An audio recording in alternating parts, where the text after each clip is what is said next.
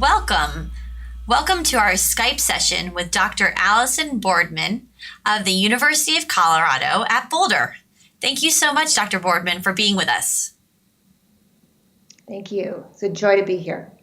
So we are going to be doing these Skype interviews as part of our work on disseminating Reading Research Quarterly articles. So you can find Dr. Boardman's article on the Reading Research Quarterly website. So tell us a little bit about your Reading Research Quarterly study.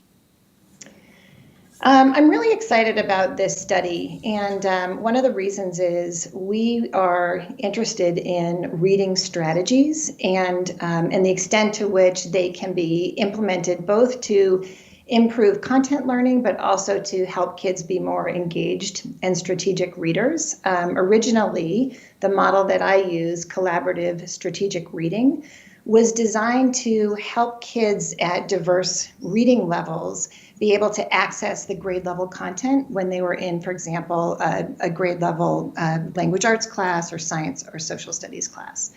But what the research hasn't really shown before is how these strategies really work in the classroom and how they interact with text-based discussions. So what we really wanted to do was to understand more about what the influence of strategy instruction was on text-based discussions and how it was similar and different to the types of activities that teachers were doing in more typical settings or settings that didn't have a structured model like collaborative strategic reading. So for this study, we also wanted it to be authentic, if possible. We wanted to be comparing like types of classrooms and settings. And so we had an interesting study design in which middle school language arts teachers taught some sections of the day using the collaborative strategic reading strategies.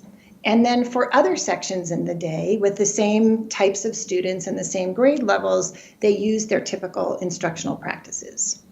So after a year, what we did was we looked at occasions when a teacher would teach the same text in both a class with CSR, collaborative strategic reading, and typical instruction. So in that way, we were able to compare a teacher to herself or himself using the same reading. So we were able to say when someone is reading the Odyssey, what does it look like when they're using CSR versus what does it look like when they're using their typical practice? Well, that sounds so interesting because it reminds me of my own teaching. I feel like I was always trying to change things around and study what I was doing. And what did you find? What were some things that we can take away from this? We were really interested in our findings. So as I said, we were interested in what did the talk look like, and if it was different in CSR classes and typical instruction, what was some of the reasons for that? So here are some of the differences that we found across classrooms. In the CSR classrooms, there was just more discussion around the text. So in general, over all of the classes that we looked at, there was more talk about text. We also found that there were more academic interactions between the teacher and the students. We found a greater proportion of student talk to teacher talk. So let's say there were 100 turns. In a typical class, we might have seen 20 of those turns with students and 80 by the teacher, and lots of the teacher turns were very long with lots of information being delivered to students. That was really flipped in the CSR classrooms, so that not only did the teacher have fewer turns in relation to how much kids were talking, but the turns that they did have consisted of fewer words. So there was much less time for the teacher to just give information. It was much more dialogic. In addition, we saw much more student-initiated turns and kids speaking one after another. So you could imagine in a typical classroom, often it goes teacher-student, sometimes teacher-teacher-teacher. In our classrooms using CSR, we saw many more consecutive student turns, and the teachers therefore were part of a conversation rather than always directing the dialogue that was happening. I would say those are some of our those are fascinating ideas. So if you were to chat with teachers about the findings of your study, what are some takeaway messages that I can actually use in my classroom and try to implement? So I would say a couple of things to take away from this study are we worry sometimes that models that are more structured, like collaborative strategic reading, will feel forced or contrived or very process oriented. And in fact, we noted that when teachers were comfortable using CSR, when students had experience with the model, that there was much more equitable participation across students. So in a group of 4, more kids had a chance to talk. And that because kids understood the routine and knew what they were doing, it opened up space to really dig deeply into the text. We also noticed that the kinds of facilitation that teachers were able to do focused the lesson much more on the content of the text. So teachers could say, where are you in the process? Or what do your group members think about this confusion that you're having? And it was just much more varied in the typical class. And honestly, we really saw a lot of whole group and an individual work still in those typical lessons. And again, these are the same teachers using the same text. And those really productive dialogues that were student-led in CSR. A couple of words of caution. I don't know, if that's something that's of interest. Absolutely. It's definitely of interest. Is that we don't want to be so bound by strategies that they feel process oriented. So if they start to feel that way, then teachers really need to look at the nature of the talk and support kids to either go more deeply into their discussions or to start making discussions that getting into discussions that go beyond the text. So can you give us an example there? I would say one of my favorite examples is we had a group that was reading about Frederick Douglass, and they got into this very heated debate about what the main idea of a section that they were reading was. Was it that Frederick Douglass really worked hard to end slavery? Or was it a part about him being in an interracial marriage? And so the kids were arguing about what was the key idea. And finally, what they came to, and they used a lot of real world examples, and they were trying to relate it to the kinds of issues that were happening, that they were reading about in the news, and they were talking about in order to decide what they thought was most important.